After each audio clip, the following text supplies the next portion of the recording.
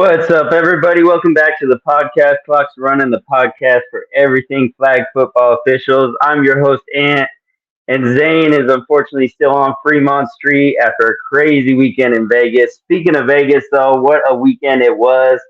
My lips are chapped and my nose is sunburned, and I got some amazing guests to recap the Vegas tournament, USA flag. So let's bring them on.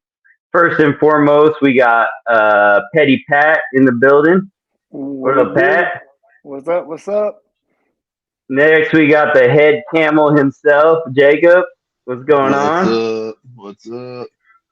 And finally, we got the defender of all things Curry Bombers, Lance. What's going on, Lance? If I knew that, I would have worn my jersey, but it's okay. Right? So glad to have everyone here. So let's just get right into it. I think it's important. I know we talked about this in a previous episode about stop clock mechanics, but myself and I know a few other officials had a lot of questions about stop clock mechanics.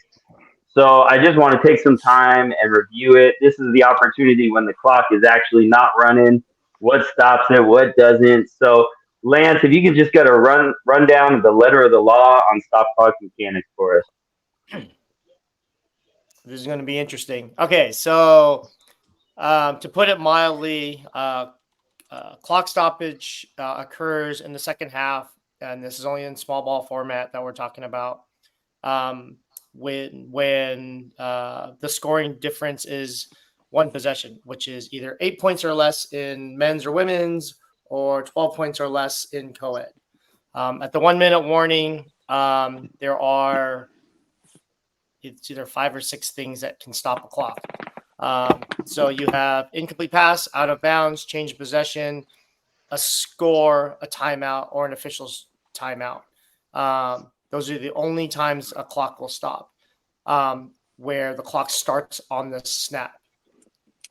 Technically speaking, and this is something that we probably it's in the rule book and we need to start doing it more effectively, is actually, I'm not sure if, yes, when a first down is made, clock starts on the ready. So it actually allows us as referees, especially on the wings, to get down to our spots. Whoever has the clock basically makes sure, hey, we're all in position, and then we wind it and say we blow the whistle in as we tell them it's ready for place. And then at that point, clock is rolling. Usually it's like a 1 or 2 second delay where the offensive team has the ability to get set, but because we are hustling, not hurrying down the field to get to our spots. So that's from a clock stoppage. Those are the general things that we're looking for. Okay, and Lance, as far as I hear a lot of people say pro clock mechanics, but we use the term stop clock mechanics. Can you explain why that is different? Well, pro clock doesn't really mean anything in the flag world, so it doesn't matter. But the thing is with pro clock, I don't know why they do that, because it's more clock stoppage versus anything else. So it's more, Jacob, you can sort of chime in on this one. I just use clock stoppage, or clock's going to stop, clock's going to roll, and just go with that. I try not to use pro clock, but a lot of people just kind of yell it to me, and I just put thumbs up just because that's what they're used to. But in terms of terminology, they should be using clock stoppage versus pro clock. Yeah, Gotcha. I think it's more of a familiarity thing. You start talking to teams. A lot of older leagues, way things were back in the day, they were used to, looking at an NFL clock and going off of that, where we've kind of adapted a way to keep the game moving. I think it's essentially what it's what the NCAA does. Is what we follow with a stop clock. But yeah, if you get into the rule book, you'll see it's clock mechanics is one of the first things that's in there. It talks about, it says that we run a stop clock versus that true pro clock that's going to keep running when you get a first down, or things like that. Gotcha. Yeah, and speaking of that first down that's supposed to be on the ready, honestly, I would say more times than not, I'm hustling down the field, and before I can even make the statement that the clock's going to start on my ready, the offense has already called a timeout. Yep. I think that the fact that players don't necessarily read the rule book puts them at a disadvantage in those kind of situations. Yep. What, they don't read the rule book? Are you serious? My But they goodness. know, but they know all the rules. But you know, In all seriousness, I think there's two aspects of that. I think number one, there's a lack of IQ where people don't dive into the rule book and they don't understand the true meaning of like what a stop clock is. But I think there's also the fact of adrenaline's going. You're in the moment. You're hustling. Everybody's moving, and it's just kind of it's a reaction for you to call a timeout in that moment, right? You got a big play, you got some yardage, you got a reset of your downs. What's the quickest thing to do? Go ahead and call a timeout real quick, not even think about it. But again, if you know what you got, know what where you're at on the field and what's supposed to happen. So maybe there's a third aspect too, is what's supposed to happen, right? Because we as officials, we'll say right here in this circle, we know that the clock stops in that moment. Unfortunately, we talk about players not reading rules. Not everybody reads the rules. That includes some officials. They miss stuff, so they miss stopping it. I've seen it happen. I saw it happen this past weekend. Yeah. Well, and being in Vegas, we were close to the West Coast, so there were a lot of California teams, and I've talked about on previous episodes that a lot of players come from the sixes format that's in Southern California. They run a 2 minute stop clock, and I will tell you that 2 minutes lasts forever. And so, just as far as adrenaline goes, in 2 minutes, you can really figure out what you're doing. You have time to think. 1 minute stop clock, it absolutely is very, very hyper focused. You got to just score. You got to make the best of your plays, and especially with only two timeouts, it's really important to know that stuff. I think that that's a big change and a big shift for the West Coast teams to kind of adapt to. Oh yeah, we were coming from 25-minute halves, 2 minute stop clocks, and here we are in 1 minute stop clock. Pat, did you have any situations come up as far as the stop clock mechanic? no, I didn't have any issues. I made sure I use the signals to stop the clock, and then let them know that the clock will start running as soon as on the ready, and and that was it. Or I tell them either it's gonna run on the ready or it's gonna run on the snap. So I had no issues. Gotcha. There was one question as far as a lateral. Can you explain what happened in that situation? Yeah, so we had individual access in the stop clock situation. If they're running forward and they pitch the ball backwards out of bounds, that's the clock stop. The clock does stop, but it starts on the ready. So it may take about 1 or 2 seconds, but that's a loophole as far as in the rule that most people don't know. And this guy, he actually read the rule book, so he knew it, and I confirmed it with Jacob, and I just wanted to confirm it with a director in front of him, because that's something that I like to do. But other than that, yeah, it does stop. It like you can't dive because of course there's no diving out of bounds, but you can find a loophole to pitch the ball backwards out of bounds. You can maybe lose a yard or two, but you can't pitch it forward. So, the loophole is to pitch it backwards out of bounds, and once the ball gets set and the referees get set, blow the whistle, start the clock. Uh, Jacob, you want to clarify anything on that rule as far as what it reads? Yeah, so I mean, it's just all it reads is that if out of bound, wait, let's see right here, intentional loose ball initiated beyond the line of scrimmage goes out of bound, it starts on the ready. That's at the judgment of the official. So Mm-hmm. if it's intentional and it goes out of bounds, then it's gonna stop long enough for the officials to get set. They're gonna wind it back in. And the game clock's gonna start. Mm-hmm. So just to clarify, if a pitch happens but the ball doesn't go out of bounds, then what happens with the clock? Then the clock's gonna continue to run. Because it's inside the We're gonna line. keep rolling. Yep. There we go. Okay, just wondering. So the next thing, Jacob, and I know you had to deal with some, I guess to say the least, a little upset players on something that happened on my field as far as the stop clock mechanics. Can you clarify what happens with an offensive penalty in the under the minute mark? Oh, okay. I'm back with you now. Hey, the clock continues to roll. Clock only stops on defensive penalties. So, Gotcha. clock, if like impeding, false starts, things like that. The clock's going to continue to move.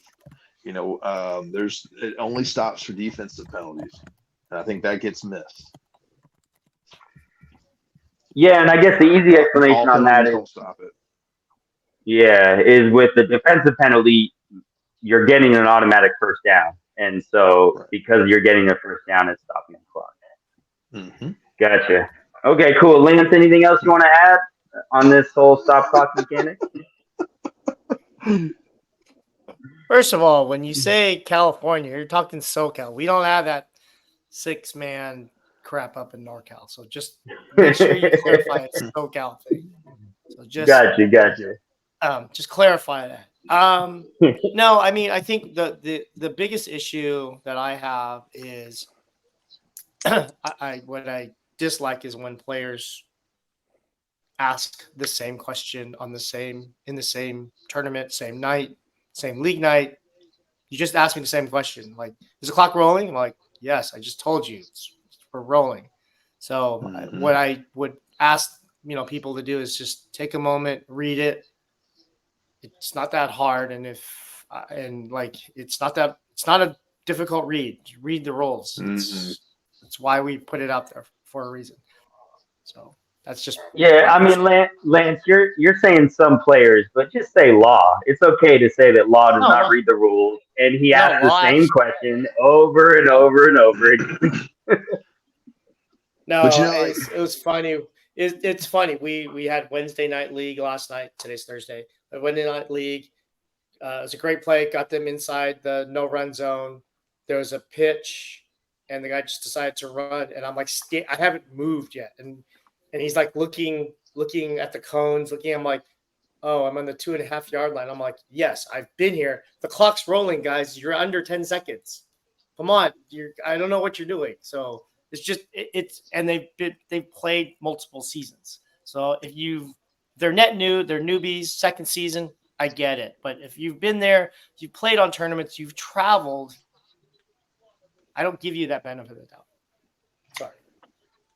And I think to kind of carry from what Lance was just saying, your situation, it was particularly funny. So I was dealing with the clock and letting them know, like trying to get them to understand, like it doesn't stop, and it keeps moving. And I looked at the captain and I said, "You're a pro captain.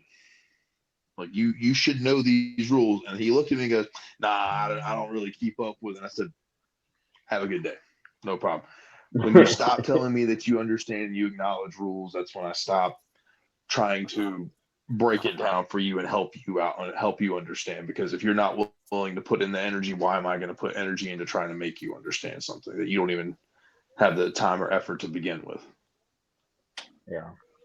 No, definitely. And Lance, my apologies. You are absolutely right. SoCal has this silly sixes format, and they love it. And they do draft tourneys, they do all-star tourneys, they have big giant events with live streams and all that because they love sixes. Now, one thing in their clock mechanics is that a sack will stop the clock. So a lot of quarterbacks keep that in their head, and the offense will be winning the game, and all they got to do is burn out the clock, but in the back of their head, they think, oh, if I take a sack, then it's going to stop the clock. And I have had that happen time and time again. I had it in a women's pro game, and luckily for that quarterback, she still was able to run out the clock, but she had an incomplete that stopped it. then she threw a pass, and thankfully her receiver, caught it and got a first down, and so that it got the clock moving a little faster.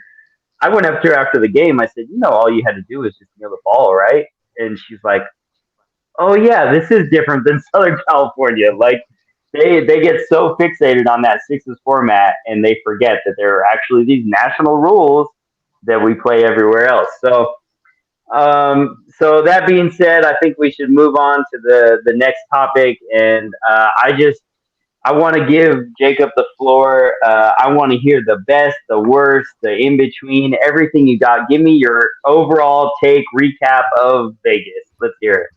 Oh man, so I had a few firsts, in my 6 years of running events and organizing tournaments and being a part of this. I had a few firsts this weekend. First of all, let me say the competition was great. It was really cool to see. It's always good to see.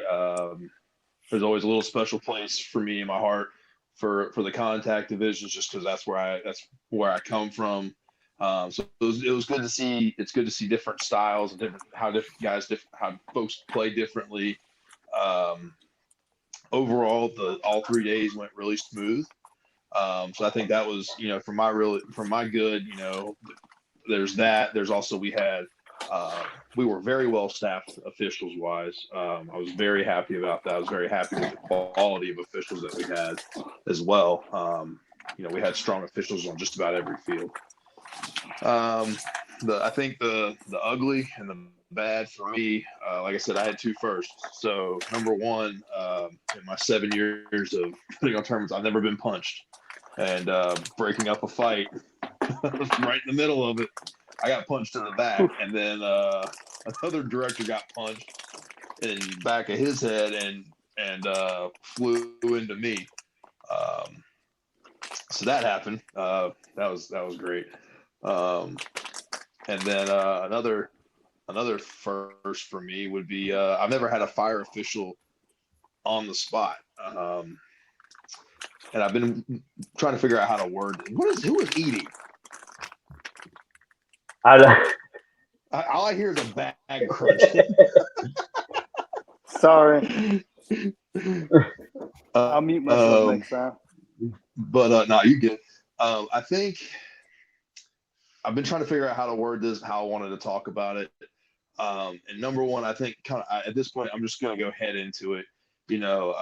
But we had to tell you what happened. We had an official who showed up Saturday morning, started working, and as the day progressed, I don't know how, I don't know who, I don't know where, had got a hold of some beer and was drinking beers all throughout the day. And by the end of the evening, by the time we really acknowledged it and found out what was going on, and got close enough to him for us to make ourselves aware, he was pretty belligerent. He was being pretty belligerent to the teams that were, obviously pointing it out. I fired him on the spot. I told him, I said, I can't have this. This is a liability for us. This is a bad look for us. It's extremely unprofessional. This is somebody we have not used before in the past. So let me leave with, this is a one and done. But this, we got rid of him immediately. I've never had to fire somebody, especially for something so dumb. My opinion on this is simple. I'll take someone's judgment and not having the best judgment and being willing to learn and trying to do their best over somebody who potentially could be great and wants to come out there and make a mockery and degrade what we're doing. I think we all try to do the right thing and be the best we can be, and that includes not being inebriated on the job. So that's something I'm gonna be a little more aware of. Unfortunately, it's been added to my list of goals, is to try to stay on top of and make sure I don't have officials, drunk, high, whatever it may be, taking care of games. So, from myself, that was what's the word I'm looking for? That was a fallout on my end.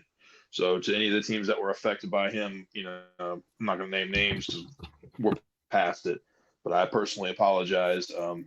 That's poor judgment on my part for bringing him in. not betting him more.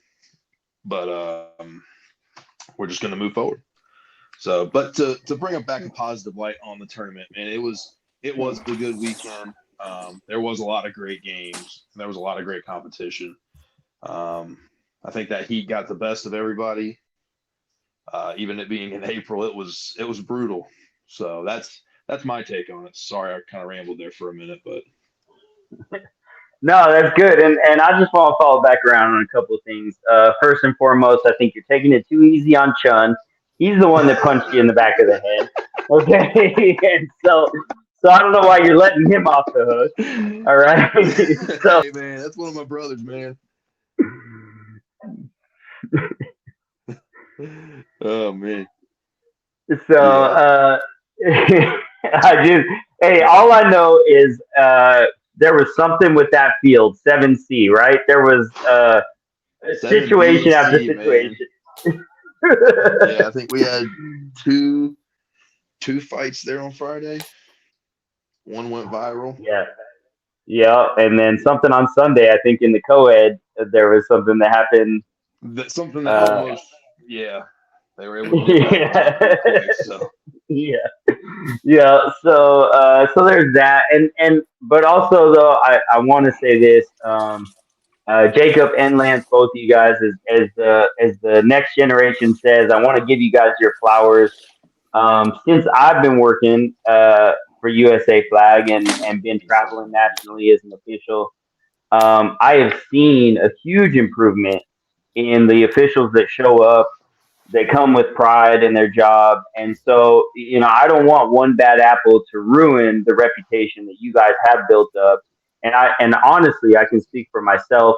I look around and I see that every tournament is getting better and better, and we're starting to get more consistency with guys that are willing to. Hey, I might live in California, but I'm going to travel to Texas because I want to be a part of this. And I think that you guys both have changed the culture, and I truly believe that we have the best officials. And yeah, there might have been one bad situation, but I think the 99% of the officials did a really good job and worked really hard this past weekend. So I just want to give you guys that, because I know Jacob, you're gonna take accountability on that, but I also want take the compliment as well. yeah, I appreciate it. Yeah, it's no fun, man. It's no fun when something like that happens. So Lance, you have any? Oh, go ahead, Pat.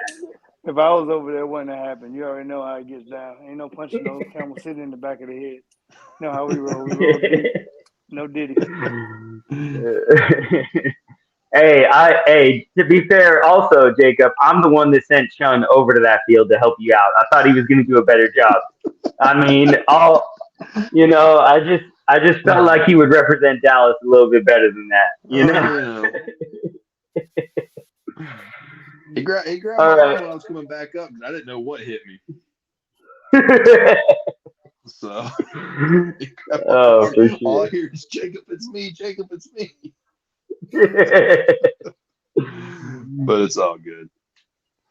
So, Lance, you have anything you want to add as far as just kind of the things that Jacob brought up? The one bad apple or the fights or anything that maybe just the topics that Jacob brought up. I don't want to steal your thunder for later. No, I think this weekend was really good. I mean, obviously Saturday and Sunday the weather started to get to us in terms of the heat, but thankful that we were able to get a lot of fields with 3 and 4 man crews. That was really helpful. That made a big difference in terms of what we could see, as well as trying to save our legs throughout the day. So thankful for that. I think to Jacob's point, just being out there with the competition, a lot of the guys I know from doing enough tournaments that I know what to expect, and they know what to expect from me. So just watching them play is always fun. And just getting out there and just watching good athletic football plays is always a good thing. So kudos to those that came out. we'll be seeing you guys very soon. But again, to those champs from this past weekend, congrats to all.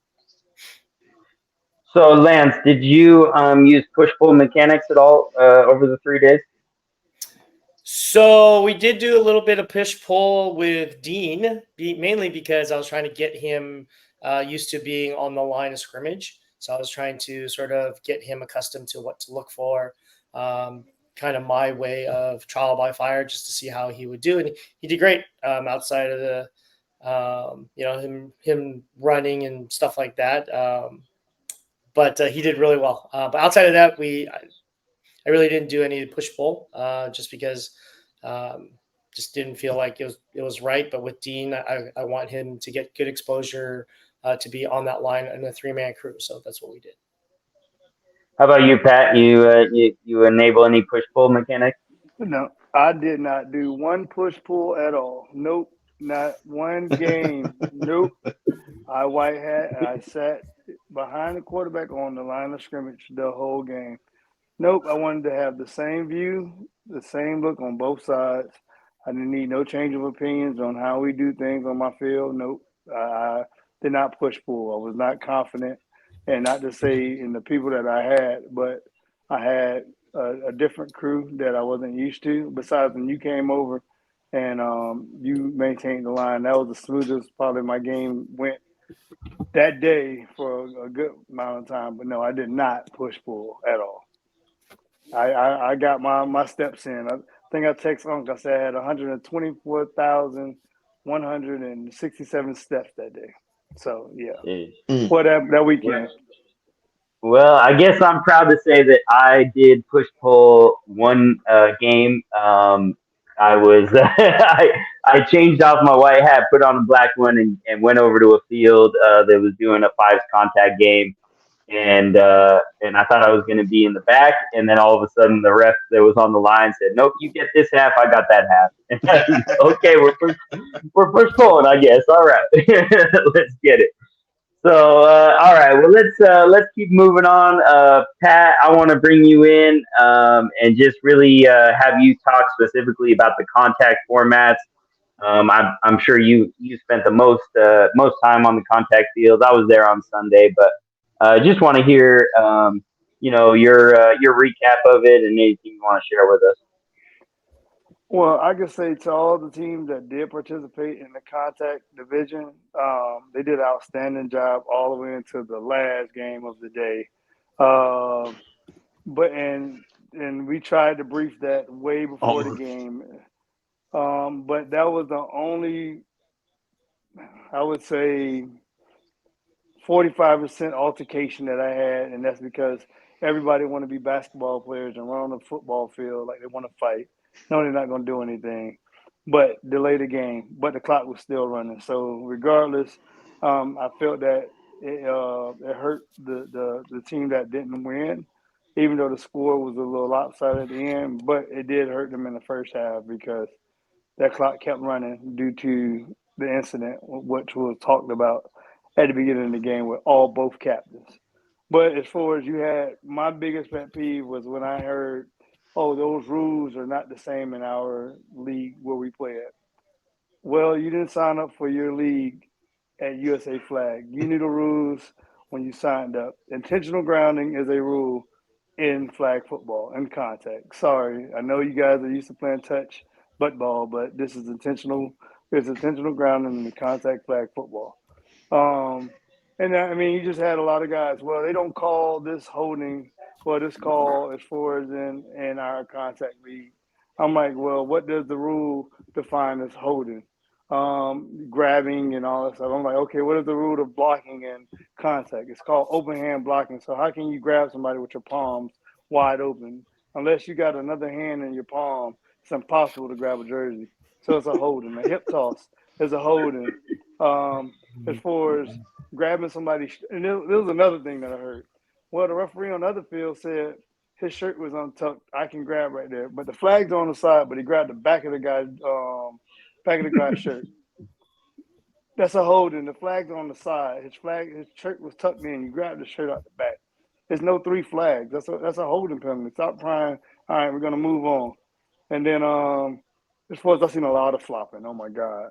I'm like, you guys do know as far as at quarterback, I'm standing right here for a reason. You know, my only responsibility.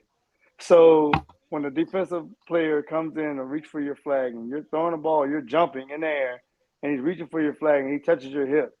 Unless you got some ballerina balance, you're gonna fall or you're gonna flop. One of the two.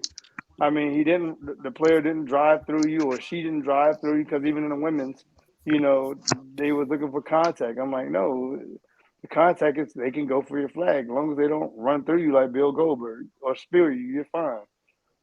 They're not knocking you down intentionally. They're not hitting you and driving you to driving the shoulder down to the ground. So I'm not calling that. So you had a lot of people kind of butthurt, but then as the elimination round started, they started understanding the rules and giving props for the way we was calling the game, because it was consistent on both sides of the ball. It wasn't, oh, I'm calling on this side and not calling on that side. And then my last thing was, well, I got two. Grabbing the belt. I heard the dumbest thing ever. I could grab his belt. It's a part of the flag. No, you can't. You grab his flags. The belt it holds the flag. But what if I grab the belt and the belt breaks? Okay, the belt broke. The flag is pulled. Well, I can grab his belt then. No, once you stop that player momentum by grabbing his belt and pulling him or her back, guess what? That's a holding. You just stopped the momentum, and I'm going to throw the flag on you. Sorry. Then, you go for the flag. That's why they have the poppers. If we wanted you to grab the belt, we'll put triple threats on you. That's why we wear pops. And, explain the rules to them. Not hostile, but, talk to them directly. They was cool with it. They moved on. And then the last thing, grabbing hair. I see players, oh my God. Well, he ducked or she ducked underneath. Your hands are still closed. It's a holding. You grabbing hair. It's an open hand block. Like, what are you doing? Like, I seen one guy, he clobbered this one kid with one arm. I mean, yeah, he was bigger. I couldn't call holding because he just clobbered him. He just reached out. He was like, way too short. Clobber. And knocked him down. I was like, well, it's an open hand block. I mean, he blocked him with his arm. But other than that, man, all the teams came out, and I give that team from Philadelphia, from South Philly, props. These guys came out with 7 players, and they played 6-man and 5-man in 355-degree weather. And it was due to, when I talked to the gentleman, that, flights and hotels, guys cancel at the end. But, hey, they still went out there and balled out. They made it to the championship game on both days. So I give them nothing but props, and they're young. They probably filming it right now, but yeah, good kudos, the new dynasty as usual, But to them, like I told them directly off the field, 1-on-1, dude, you got to control your sideline, because all that running on the field, you're gonna find a team that's gonna meet your energy, and that guy that running on that field looking like he's a basketball player in the NBA gonna get punched in his teeth, and now he's gonna have a real brawl. So y'all got to stop that. Let the referees handle everything on the field. You guys are adults. We'll handle everything. We're not going to let your quarterback get beat up on the field. We can do what we do on the football field. Let the officials do their job. So it's just a whole lot of men with a whole lot of estrogen on the football field. That's all. And females with testosterone. That's all. There you go. All right, you covered a lot, Pat. So I just want to follow back through a couple of things. There was I did. There was a lot. So I told y'all I had notes. Y'all thought I was joking, and I could have about 5 of them. All right, so let's just talk about holding real quick. I want to talk about interaction I have with the O lineman. I've talked to you guys about my experience. I lived in the trenches. I played contact. And so I'm always going to have, a special place in my heart for the guys on the line. I want them to be successful. I want the game to be clean. I don't want people to get hurt. So I know New Dynasty, they have their junior varsity squad or their B squad, whatever you want to call it. Young Dynasty is their name. There was a lineman, played O-line, D-line, mostly O-line though, and I probably threw 5 or 6 different flags on him, and after every time, he knew it was him. He knew what he had done, and he was willing to have a conversation with me. And even after the first game that I officiated with him in, he came up to me and he said, "Can you just explain to me what you're looking for? Why was this a hold? Why was this a horse collar? Why was this a block in the back?" I mean, every flag he could have gotten, he got, but he was learning, and I appreciate that about him. So I think that's a lineman that, as those older linemen on the A squad in New Dynasty continue to get older, he might be able to earn a spot on the top squad. Um, I think in general though, as far as holding went, I didn't see a whole lot of really like outrageous calls. I think everybody in general with contact. I know I was only on Six's Contact Pro. In general, I feel like everybody was pretty dialed in, and they just wanted to play. Yeah, there was the one issue in the championship game, but outside of that, everybody was having fun. I got written in my notes, and hey, I live in Southern California, so I gotta give them a shout out. Bombs over Baghdad. They made some noise this past weekend, and even Yeah, though the three they're a players get seven, ejected. yeah, they're a 7-man team, and they normally play tough. They play air raid. They play these sixes. That's kind of contact.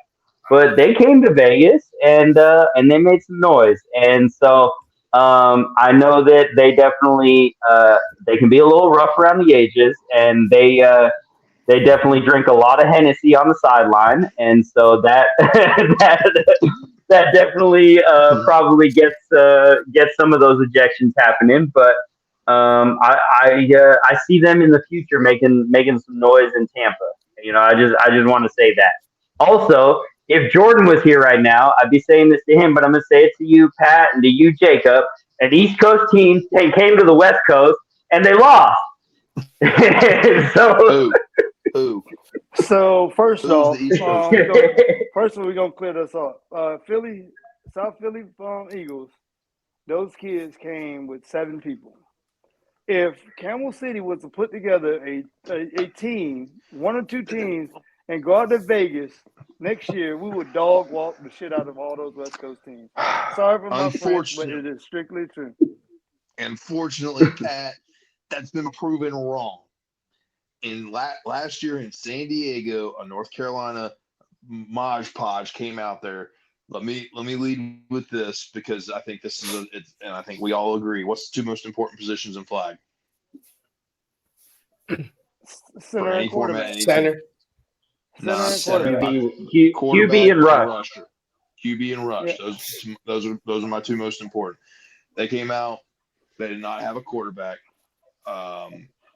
They tried 3 different people at quarterback within the players they had to make it work, and it just did not work. They played sixes, and they played their 3 games, and they were done. Yeah, I heard about that due to a lot of cancellations and guys last minute. Yeah. Right. But, so that being said, but to my rebuttal, if we put together a solid team, and guys that can actually financially make put it together out a there, complete team. Yes. complete team that yes. can guys that can go. Yes, it'll be a different story. I But agree. we'll find out. We'll find out in the national. If all I hear is if. I know. Lance, Lance, you and me were at Flag Fest like a year and a half ago. Do you remember that tournament? That it was the Freaks were there, and I think they swept almost every format. Queen City Bulls came out to that one, and they got dominated by the Arizona teams. It wasn't even New Dynasty, and Queen City Bulls could not beat them. So I'm just saying. So, South Philly is part of the East Coast. So whether y'all want to say, okay, Camel City, you can bring one. South Philly is an East Coast team that came to the West Coast and they got dominated. So I'll give you. So you know what? I give you the last 2 years. But guess what? The years prior, ATA and Judah went out to the West Coast and we dog walked Arizona Union, and we dog walked Phoenix Fire and whoever else that was over there. So however you want to slice this pie, the last 2 Those were years you Old guys are Testament riding teams, by the your way. yeah, you guys are riding your high horses All right four now, of and them. those guys, yeah. So last 2 years, whoop de do. But when we find out in we'll find out in January, bombs over Baghdad will be bombs over Baghdad, and we'll find out as far as everything else when they come over to nationals. Because if you look at East Coast Nationals, and I want to jump ahead, look at that list alone. Everybody on that list would have went over there if it was on the East Coast. Would the dog walk those teams? And that's all I got to All say. right. All right. So, Jacob, I just want to tell you this. This sounds like one of those conversations where someone's having a GOAT conversation, the GOAT debate between LeBron and Jordan. And then some old guy comes in talking about Wilt Chamberlain. Like, we don't care about 4 years ago, man. It doesn't matter. Yeah, Like, that's fair. That's we're talking, fair.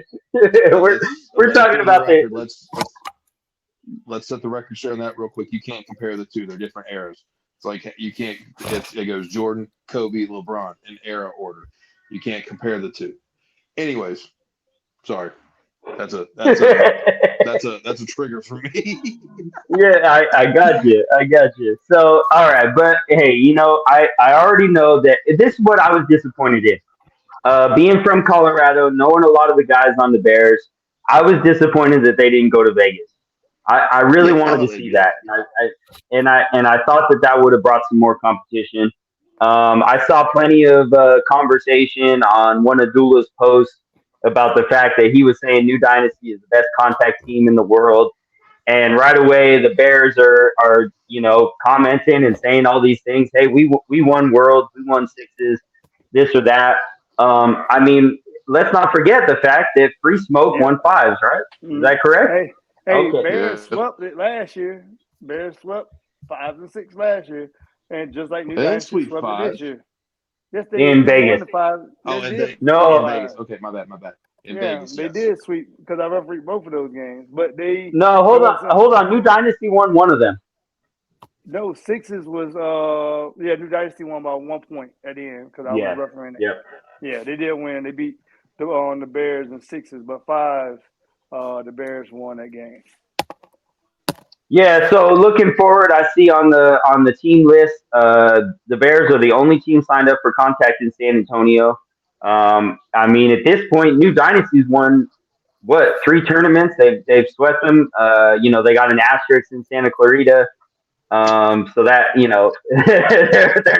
they're not counting that one, or they are counting that one. I don't know what they're doing in their trophy room or whatever, but Man. I feel like really Nashville is where it needs to happen, Yeah, and the best 6-man team in the world right now is New Dynasty, hands down.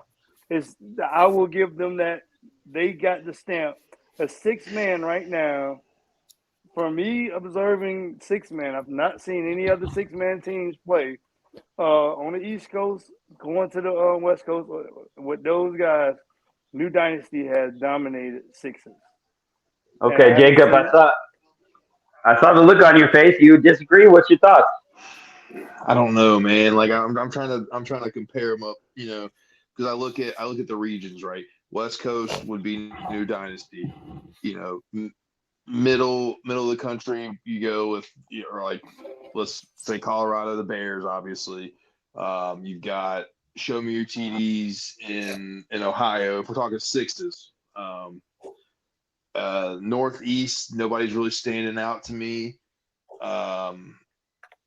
North Uh, Carolina, it'd nobody's be really the standing. it'd be the Uh, Cobras if it's anybody in the Northeast. but Like, they don't play sixes. yeah, that's what I'm saying because we don't play sixes that often over But here. that's the thing. I don't. What's that team? The Ducks. Aren't they from Jersey? Are they? The I don't know. See, I think they. being No, I funny, think like the this Ducks are is. from. No, the Ducks are from Ohio because they played in Oh, Columbus okay. Yeah. one See, time. you can go down a rabbit hole. I think at the end of the day, I mean, the end of the day, you probably have to put New Dynasty at the top of the chart, and I agree with it. I mean, they're a great team. They've got sixes figured out. I don't think there's anybody who's really figured out how to use their big men without in a one-dimensional way like they have. I see a lot of Beck similarities to the way they play. So I'd really like to see Bex play sixes. That's usually not an option because they've got other formats going. But I'd like to see them play sixes. I'd really like to see them play against New Dynasty and just see how they match up in that format. Because it would be different for them. You're basically taking Chad's legs away from him, which is a big aspect of his game. So Yeah, and so I hope that Nashville is something that can create, and we can stop talking about, what ifs and this or that, and why can't people get flights across the coast and all, all the excuses that we can come up with. I hope that Nashville produces some great competition. I hope the Bears come out, new dynasty. Maybe Dula can come up with some random contact team that'll get knocked out in the first round or something like that. But yeah, but I just, it was exciting. It was exciting to watch. I know there were some other teams that, like I said, New Dynasty B Squad was there. There were some other good teams. I do think that in general, Southern California is building up their contact format teams. But they got some ways to go. I would say honestly, the Achilles heel for New Dynasty is the fact that they want to fight and they have guys on the sideline that just want to run onto the field. And so my fear is that what might happen is if they get into a close game and the slightest push happens, that they might end up forfeiting a game that they could win. And then we're going to have this big question mark. Well, if they finish the game, would they have won that? So that's my challenge. That was the conversation I had with DK and I had with Ant after the game. I said, you guys have to finish the game. Just stop with this fighting stuff. Stop with feeling like you got to, protect each other or whatever. Just finish the game. Let it go through. And because really they showed it. They won that game 14-0 and that was that. mm-hmm. So next up, I just want to bring Lance in because I know how boring that was to talk about contact and how I was watching. I was on the field to help out, making sure everything was in line. So yeah, no, Lance had 2 of the 4 corners. There was lots of eyes on that field after the little pushing, shoving match that happened, a few plays into the game. But Lance, I just want to kind of give your recap. I know you did mostly the pro divisions, most of the big formats that it brings a lot of social media attention. There's been plenty of videos, and you are in the background of almost all of them. So I just want you to have your moment to kind of recap the pro divisions and talk about kind of best and worst, who surprised you. Why did the Curry Bombers need to bring in some ringers to win? Like what do you got to say, Lance? I think so. I think you have your usual suspects, especially with YTG out there. What was a little bit surprising was with Thundercats, they came out and ran Air It Out Pro, and although they lost to YTG in the championship game, they were really competitive, which was good to see. But most of the weekend was just a lot of the familiar faces. A couple of players moved from team to team. I know Pablo kind of hopped around a little bit.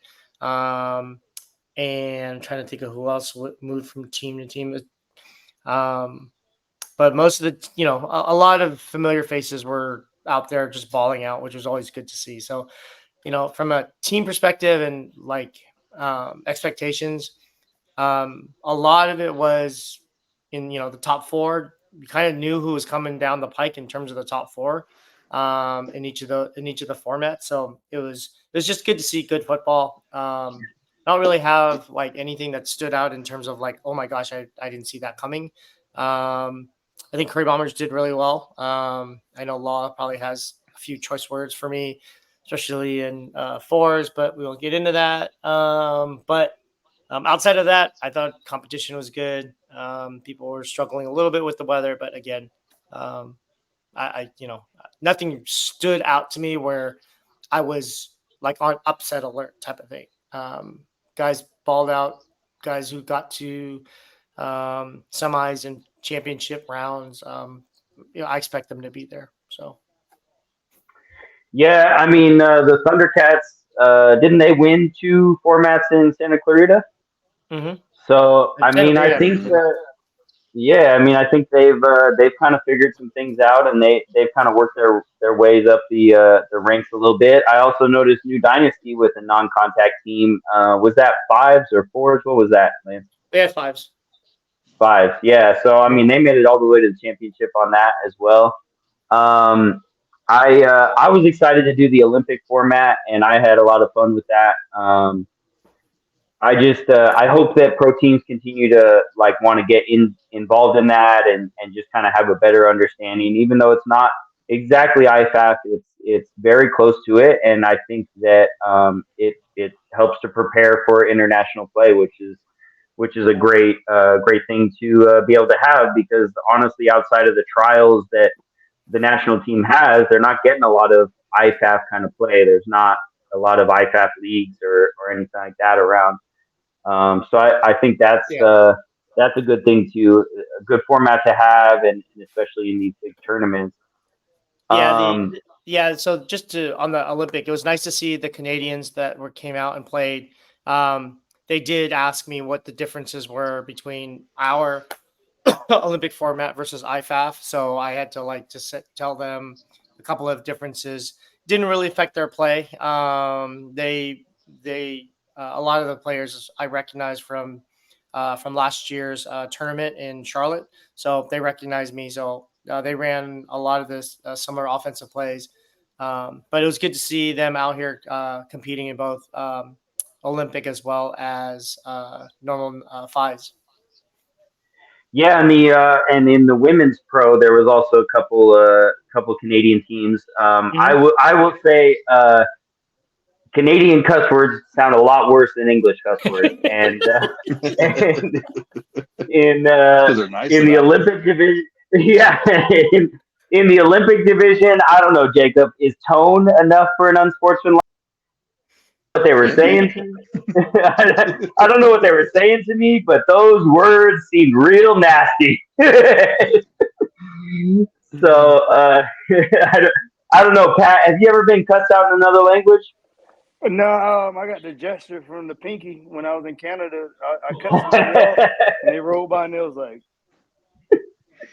I was like, oh, that's the version of the middle finger right there. But that was it. Mhm. But as far as you got to think about their language is French, so you might want to learn some French, buddy. Yep. We I will. No, mean, for sure. but yeah, I haven't been cussed out in French as far as by no Canadians yet. Yet it's gonna come though. It's gonna happen. So the last thing that I do want to bring up, because I know there was a little bit of controversy about this, and Jacob, maybe you can just uh, further discuss this. How do you figure out the whole sandbagging situation? I know there was something that happened as far as co-ed goes. I want to talk about it. I want to hear about it. What happened, and how do we move forward from that? All right. So my bad. So it's Sunday morning. We're playing 5 co-ed amateur. We have a player who played in 5 co-ed pro the night before. So in our rule book, it states you cannot play in multiple divisions. And the way that we verify that a person plays is their name on the roster. This person, when we went to, the team came to us, they said, hey, he absolutely played. He was in the co-ed pro picture, yada, yada, yada. I said, okay, well, the only way, according to our rule book and the way we challenge, we have to use rosters as our way to navigate through player protests. So the first thing we did was we acknowledged that he was on the co-ed amateur roster, which he was. We then say, okay, great. We have to go by is he on the co-ed pro roster? So we said, okay, he's in the picture. We got him dead to rights, good to go. We pull the co-ed pro roster. He's not on there. Found a loophole. So unfortunately, we weren't able to award the team a forfeit victory because he wasn't on the roster. The downside is, yes, while he was in the picture, an argument could be made that he didn't play at all. He was just there with his pals taking a picture. They let him in the picture. The downside is I couldn't tell you 100% because there's 15 fields running if that player played. I would have to, and you'd have to go back and you'd have to have some sort of proof other than a picture, and we've discussed it because it sucks. You don't want players playing in multiple divisions, but there's very little to police it. So I think, it's something that we kind of brought back with us and said, hey, how can we get better at this? Because it's not fair to the teams that are playing amateur and playing rec and are true amateur and rec teams that we have these guys who, and I understand the logic behind it. They just want to play, and that's cool. I get that. But there's so many other formats you can go and play. You don't have to play in the bottom of the barrel divisions just because that's all that's left. There's other formats running. Go play something else. But it's tough to figure out what we can do to police that a little bit better. So Lance, I had some little bird chirp in my ear that Bay Area players historically love to play with the Curry Bombers, and then when they're bored, they go play in the rec division. Is that true? Can you speak on that? I have no idea what you're talking about. I just know that our IQ is pretty high up here, so we play, and we continue to play. So just leave it at that. All right, so I'm going to throw a crazy scenario at you guys, and I want to hear everyone's feedback on it. Pat, we'll start with you. So this is my thought to kind of deal with the sandbagging. All right, so pro players, legitimate pro players, to play in the pro division, they have to pay a one-time fee a year, whatever, $25, $50, I don't care. They are then registered as a pro player. From there, every pro format, you just take the first 8 teams to register. Now, if any one of those pro players that's registered as a pro player tries to play in a lower division, it's really easy to catch. On the flip side, if you don't register as a pro player, you can't play in the pro format, so you miss out on the cash prize. What do you think, Pat? We heard about this about 3-4 years ago. Something like this. It's kind of unfair because all these players that think they're pros are not pros. I mean, if there's pros, they'd be getting drafted. Oh man, you're gonna hurt so many feelings. Yes, they're not damn pros. Only thing that I would consider a pro is the quarterback with the knowledge, because that's what deems a team as a pro team. Because I mean, if you get a bunch of team that's rec and you put a pro quarterback and he schemes up that team, he's gonna dog walk most average teams in pro. If that pro quarterback is terrible. So it is not really about the skill players being, way better than the other players. It's about the quarterback having the scheme mind frame. So yeah, if you say, hey, I'm a pro quarterback, I'll give you that. But you're not a pro DB because you're playing flag football. You're a pro if you got on pads and you're playing the NFL. Sorry. If I hurt y'all feelings, oh well. Talk to me at the field. Call join the line. I don't care. So what if I take my team, if I'm that pro quarterback, right? I'm not. But what if I'm that pro quarterback, I bench myself, bring in a young new talent, change my team name, can I go to rec then? I mean, you can change your team name. What's the difference? Because the only reason why you can do that is for your team has never won as far as that rec division, but you benched yourself. You're not playing. So as long as you're not on the field directing, if you're a coach, you're a coach. The coach has no effect on the field besides calling the plays. He's not out there throwing the ball. Okay, But example. if I'm Okay, feeding the quarterback reads, I'm telling him where to go, I'm telling him what to do. If he's listening to everything I do, he should be carving it up with that exact same team, with that exact same talent. Come on, man. You know as well as I do. You put so the right person in the quarterback's ear, they're going to be a problem. example, Charlie, pro quarterback, right? Mm-hmm. Charlie could go and play from rec all the way to pro. He has the capabilities of doing it, right? Now, if you put an average quarterback on that team and Charlie's on the sideline, Charlie might have a different look on the field compared to that other quarterback. It may take that quarterback a year or probably about 5 or 6 months to catch on to what he's saying, especially if they're average, Now, make it one better. If you put Bex out there, right, and you know what I'm going with this one, you take Chad away. They're going to fight you teeth and nail because they got athletes. And those guys can ball. But now you take Chad and you put Chad on that rec team, and he uses the same scheme that he uses with his actual guys. He's going to dog walk most recreation teams. True, but taking Chad away from that pro team, that's still a pro team. You can plug in a middle of the road quarterback, and they're still going to be successful. Not saying they're going to win everything, but they're still going to have success. I don't believe in that one position dictates pro or not. So Jacob, what do you think about my strategy then? I think there's a lot of moving parts for that. From a logistics standpoint, it's tough. I think it's not a bad idea. It's at the surface level. I don't think it's a bad idea.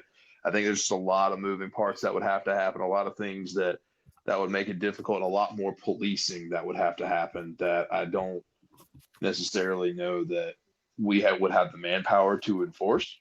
If that makes sense. Yeah, I mean, Chun didn't have a lot going on Saturday night. He could have done something like that. He really didn't, but